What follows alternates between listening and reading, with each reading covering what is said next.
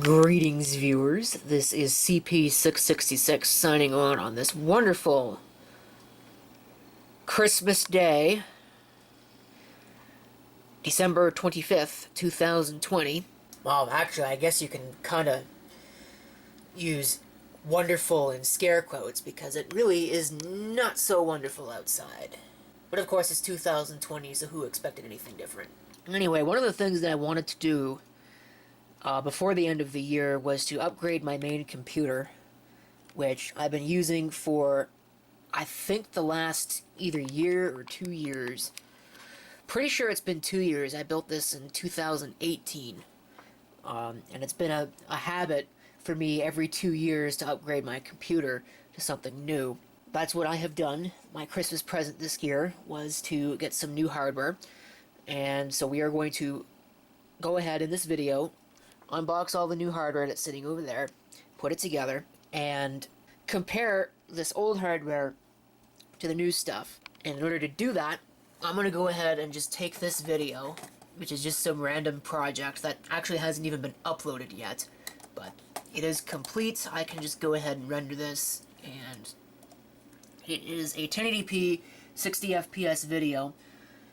So we'll go ahead and render that 1080p 60 FPS, and we will call it test R5. And we'll see how long that takes. Here's a quick look at the resource usage. So you can see how much CPU it's using. The RAM is probably propped up by the fact that I've got the web browser open. It seems to leak a lot of memory. Well, you can see that it's using a lot of disk C, and the reason why I presume it's doing that is because it's using that as a scratch pad. Should probably change that to use something else, but I don't think it's ultimately going to matter. It's definitely slower than real time, because that is it's just shy of about 4.5 minutes long in terms of video length. Suppose while that's rendering, we can go ahead and take a look at some of the new hardware. I guess you can't really call it so much of an upgrade because it's not really that much of an upgrade, but it's more of a refresh kind of deal. I wanted to take advantage, while they were cheap, of some of the newer CPUs. It's a better CPU. It's, you know, an R7 as opposed to an R5, and really the big improvement is going to be this Western Digital Blue SSD. Probably could have got a better one, but I don't really care because this was already quite a bit of money. I didn't really think I needed any better than this. So it's the first NVMe SSD. Actually, no, that is not true. We do have some, we have a couple things with NVMe SSDs in them at work, but those are the Samsung, I think they're 970 something or another. The real professional ones, not this. It's just a little consumer grade 250 gig. I think it was like 50 bucks. So for the performance, this should be much better than the SATA 6 gig SATA 3 SSD that I'm using now. And that can be used for other machines. And that's really another goal of this build, was not so much as an upgrade, but so I can upgrade other machines that are running a lot older hardware than what even that R5 2600 over there is. But here is the CPU. It's an R7 3700X. I wanted a 3800X, but they weren't in stock. I think the X basically means that it's unlocked, so you could overclock it. I'm not going to be doing any overclocking, at least not yet. If I do want to do overclocking, I'll probably get a better motherboard. But it's the newer architecture, which I hope is still going to work with Windows 8.1. I know that there is supposed to be a lock in it that doesn't let you use these modern processors with Windows 8.1, but of course there are tools to get around that, and I've got one installed on that machine now. So it comes with the cooler. Here you can see the CPU itself. How neat. It comes with the cooler, and it's one of these fancy RGB, what do they call this? The Wraith Prism cooler? RGB things. I'm not a fan of RGB LED anything in computers, but maybe that's just old man talking right there.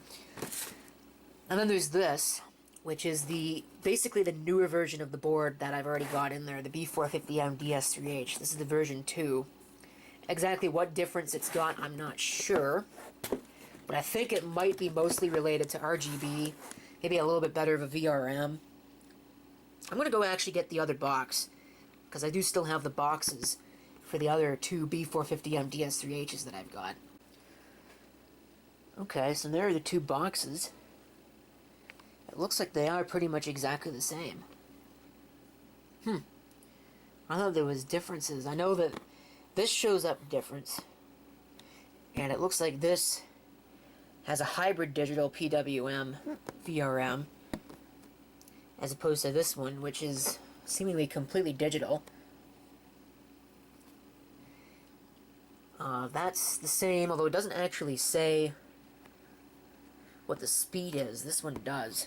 So it might be that this is a little faster. But everything else looks like it's pretty much the same. Other than, okay, let's have a look at this. This might say something. Because that just says Ryzen and Athlon. This actually says 2nd generation. So it might be that this doesn't support 3rd gen. But it looks like everything else is pretty much the same. I think it's got a different LAN controller. Yeah, I think it's got a different LAN controller. This box is kind of falling apart a little bit, but looks like it does have a different LAN controller, but everything else is pretty much the same. So I'm not really sure what the differences are, but I'm familiar with this board, so this should be, if this is more of the same, this should be just fine for what I need. And of course it's got the RGB that everybody needs to have, you know, the gamer boy aesthetic. You know, there's more old man talking there. In any event, I'm going to go ahead and open this. We can take a look at the board. Alright, there's a look inside at the nice new shiny motherboard. And some nice new shiny cables, which will be nice. I can replace the junky ones, the stupid red ones that I'm using right now, because they only give you 2 SATA cables with these micro ATX boards. So I'll get this board out, because I think I've got to get the board out in order to get the I/O plate out. I would like to have that, please. Alright, we'll set that aside and take a look. Alright, yeah, there's the I/O plate. Pretty standard stuff. I love these Gigabyte plates. They don't have the stupid big massive tabs on them that some other manufacturers seem to think are still okay. It's not Pentium 4 days anymore. I guess there's the user's manual. There's the motherboard. Driver CD, which I might need. But I shouldn't need that. Windows should be advanced enough that I shouldn't need any of that kind of stuff. But so we'll go ahead. I'll put those aside because I am going to use them. And I'm going to put this aside and we'll get the board out of its static wrapping. And we'll take a look at the CPU. Okay, so that is the total time that it took to render this video. 11 minutes 45 seconds. The video itself is about 4 minutes, and we'll say 4 minutes and 22 seconds long. Go ahead and we'll open up the CPU here, which I hope I can do. Maybe not with my finger, but let's see. Where are my tools? I'm sure somebody's gonna complain, this didn't show me anything. You know, it's not a how-to video. I always love when people do that, you know?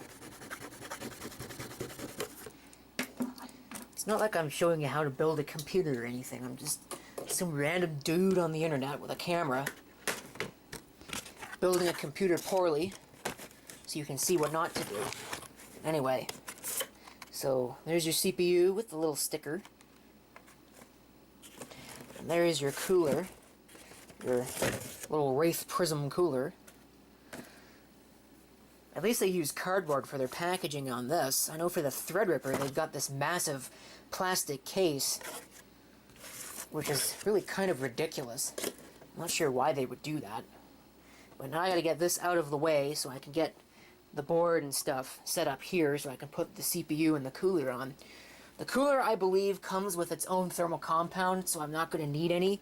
I do have this just in case. I'd rather use Arctic Silver 5, but this is all they had when I bought that, so oh well.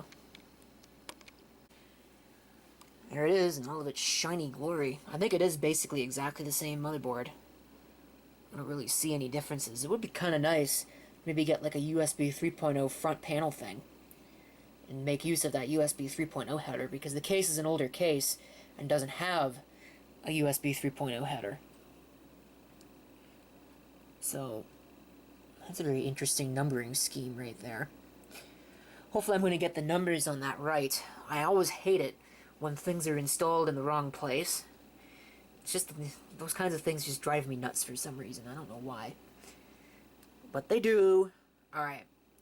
So, it looks pretty bare bones. I think I'm going to have to remove these little plastic things in order to install the heatsink, just because that was the way that the other one worked, the little Wraith Spire cooler.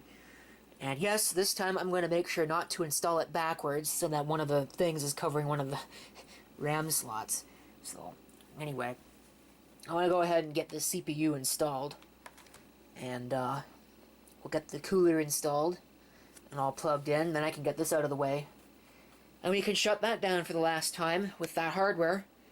And get it working. There's the CPU. I'm always nervous about mounting these new CPUs because there's so many little tiny fragile pins on those that can break off. And it's not really much different with the Intel, but the difference with the Intel is that you might slip and wreck the CPU socket, which means you gotta get a whole new board rather than a whole new CPU. Either one is kind of catastrophic, though. Alright, check out that giant cooler. I'm really hopeful that's going to fit in that case. Well, it should. It's not that tall, but it's a nicer cooler installation. It's an easier cooler installation than the other one. I'm not really sure exactly how this works, but it looks like there's a little USB thing. I'm guessing that it plugs into the side of this somehow. I think that's probably, I might have to read the manual with respect to this cooler and how to install it. It didn't even come with a manual. Unless the manual was in with this. Although I have the installation instructions for the processor, but not the cooler. But I'll look. Ah, here we are. Doctor, we are about to operate. So there's the old cooler. I do need the RAM off of this existing board. But I should also be able to replace all of these cables, including the one here that is broken. And actually, since I'm not going to be using this, the one thing I did forget to do is I forgot to put the SSD on there, so I'm going to have to do that. And that's a pretty easy task. But I could take this out, and take this 5 1/4 inch bay adapter out of here, and that would be very nice. But what I'm going to do first is get all of this taken care of, then I can deal with the drives. I want to at least get the system running first. So you can see the board's out. I've actually gone ahead and installed the new I/O plate. I didn't have to change it. I think it's the same I/O shield, but I changed it anyway because there's something about that that just bothers me. I don't really know what it is. It's kind of silly, really, but I like things to match. Might as well put the new stuff in there so that it's all nice, new, and shiny. Then I gotta deal with all the red SATA cables, replace those. I only need one because I'm not going to have the extra SATA SSD in there.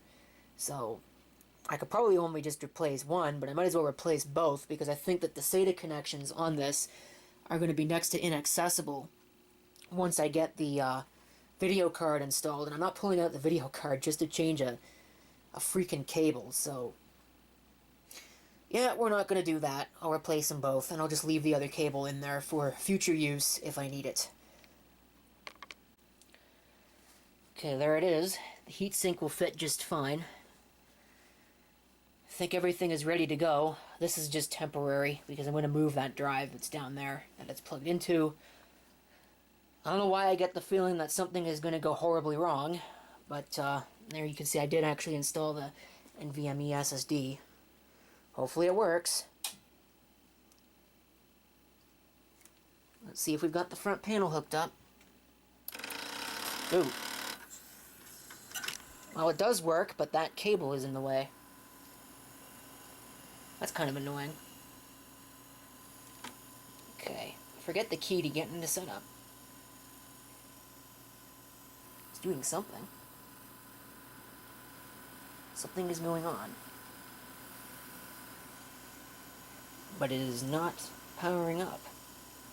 Oh, here we go. I think it's just rebooting and trying to configure itself. Because I've noticed that fan doing stuff. There we go. Wanted the setup. BIOS has been reset. Please reconfigure your setup items if needed. Don't mind if I do. So it looks like everything is, in fact, configured. Well, the only problem is that I'm going to have to find somewhere to put that wire now. Doggone it. I'm going to have to tie it to something. Okay, the mouse works. Hit OK. Everything looks like it's running good. I want to see that. CPU is running nice and cool. I believe it's running at 2400 because XMP is off. So let's see. Let's try and, yeah, XMP is off. Set that to profile 1. So that looks like it should be good. XMP is set up. I'm not playing around with any of that. So everything looks good. I don't see anything that's obviously wrong here. Smart Fan 5.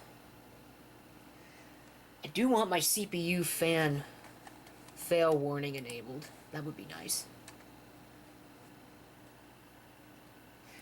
But I think everything else is good. I don't want to touch the Q flash at this point. BIOS revision F1. Wow, from August? Must have been sitting on the shelf for a while. Looks like it figured out the Patriot burst almost immediately, but I'm going to have to redo that boot order. Once I've got the SSD cloned to the NVMe, it looks like everything should be good. I don't know if I should turn the CSM support off. I forget what the other one was set at. I probably should have checked that. NVMe. Wait a minute. RGB Fusion. I wonder if I can get it to change colors. I don't know. I like the red aesthetic, just to be honest with you. So, I don't need the trusted computing stuff. I'm going to play around with this and set this up to my liking. We'll see if it'll actually boot Windows. Okay, we should be ready. Are we ready to watch Windows just crap all over itself?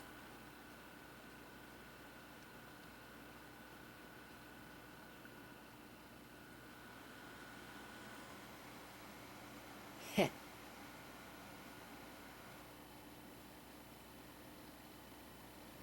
think it ought to be fine.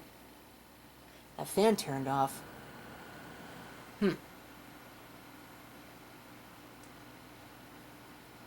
Let's see if it'll boot.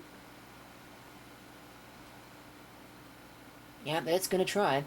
I'm not going to install any drivers other than what Windows is going to install on its own, because I don't want to mess up that install too badly, because I do want to put that in with the other machine, because it's already set up, and I don't think Windows 7 is going to run on that old hard, that what was in here before.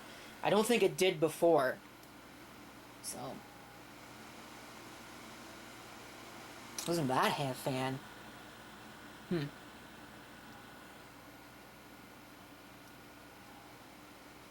Anyway.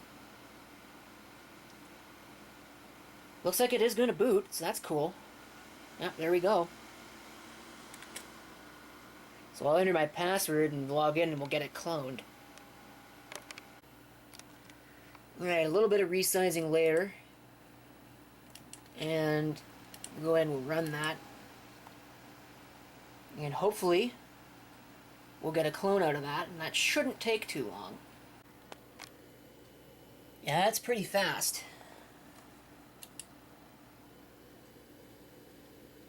Look at that. The write speed is almost the same as the read speed. Wow.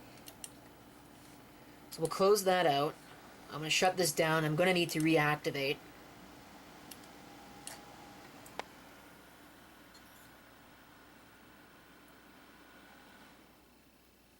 So it'll shut down. I'm going to move this out of the way. And I'm going to disconnect the SSD.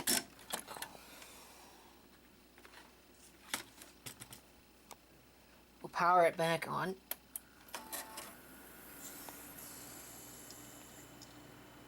And I'm going to make sure that the boot order is set correctly.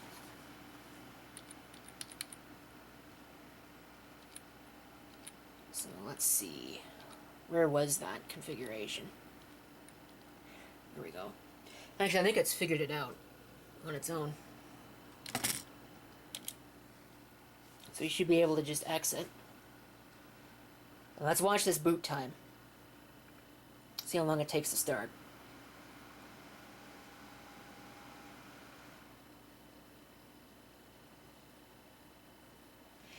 It might take a little bit longer. Oh, let's see. Look at that. That is not bad. Though it looks like it reset that to the default, so I'm going to have to change it back. But I think I'm going to configure that hard drive, get that SSD out, and then I can put the lid on this and put it back and configure it with all of the regular peripherals. Okay, I've got it put back. Hopefully all the drives are going to work. I'm not sure why the keyboard does that. But it seems to be working nonetheless.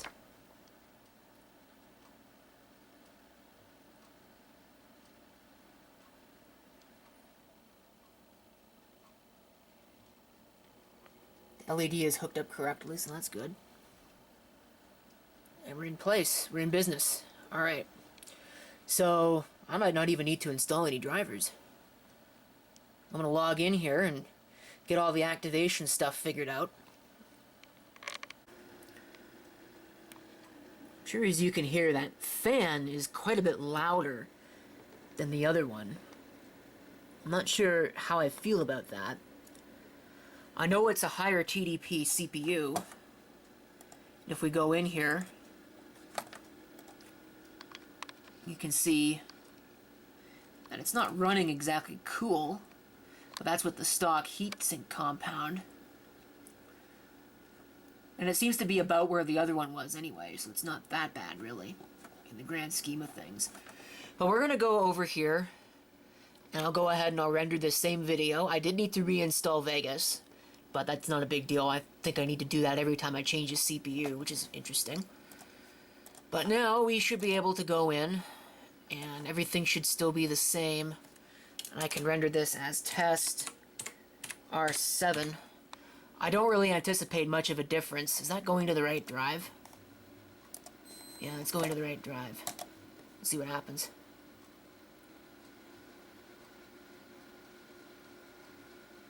And that's actually not bad, really. I think that is a decent performance increase.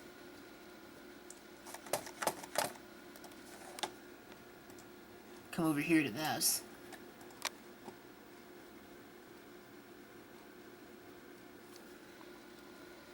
Yeah. It is faster, it looks like. And this is a worst case scenario for this. It's still not real time, but I think that the big beneficiary, or the big improvement that I could make to make this closer to real time would be to put a better video card in it. And video cards are absolutely frightfully expensive, so... Okay, about double real time. So, that's still, in the grand scheme of things, I guess that's still kind of slow, but it's still an improvement. And that other hardware is going to be an improvement for something else anyway, so... Improvement is an improvement. I think maybe the next thing that I would probably do to this is add a better video card. than the R9 380 that's in it right now. But that CPU cooler is really loud, and I'm not entirely sure why, because it's not like the CPU is getting overly hot. I mean, it is, but it's not. I mean, I would expect it to get up to its highest speed when it hits like 85 degrees. But that's just me. But it was running pretty much full speed the entire time. Maybe it's demand-based. I'm not sure how these newer coolers work. But I think that's pretty much it for this. It's my little upgrade. I haven't decided yet if there'll be further videos or not. There probably will be, just because I know some people love to watch computer videos and see what's going on with any one particular given machine, but really it's just kind of a lot of duplicated information that I'm sure nobody really cares about. One thing I did notice as well, number one is these drive letters are all out of order, which is really annoying. But number two is that my monitoring program over here does not see the NVMe SSD. So that's kind of interesting. I don't know what drive that was that made that noise. Unless it was that one. But I don't know, that's kind of annoying too, really. But I suppose it works, so everything should be pretty much good to go. Thank you for watching. If you have any comments, feel free to leave them down below.